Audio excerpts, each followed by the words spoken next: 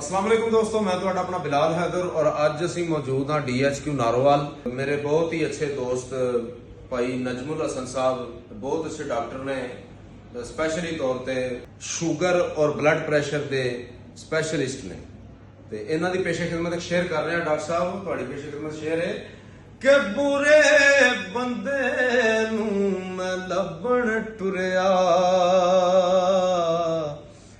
बुरा लब्बा ना कोई,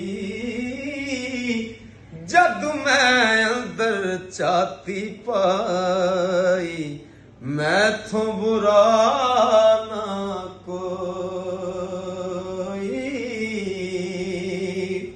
ते दुनिया ते जो कम ना आवे औखे सौखे वेले सुबह फैज़े संगी कोलों ते बेहतर यार अकेले। डॉक्टर साहब की असल खूबी है कि हर मरीज नाल मुहब्बत नाल पेश आते हैं। जिस तरह के मैं पहला भी तुहानू शेर भी सुना चुकिया कि दुनिया ते जो काम ना आवे औखे सौखे वेले उस बेफैज़े संगी कोलों बेहतर यार अकेले। ते मरीज़ां नाल बड़ी मुहब्बत करते हैं। वीडियो नूं शेयर कर दो, बहुत शुक्रिया।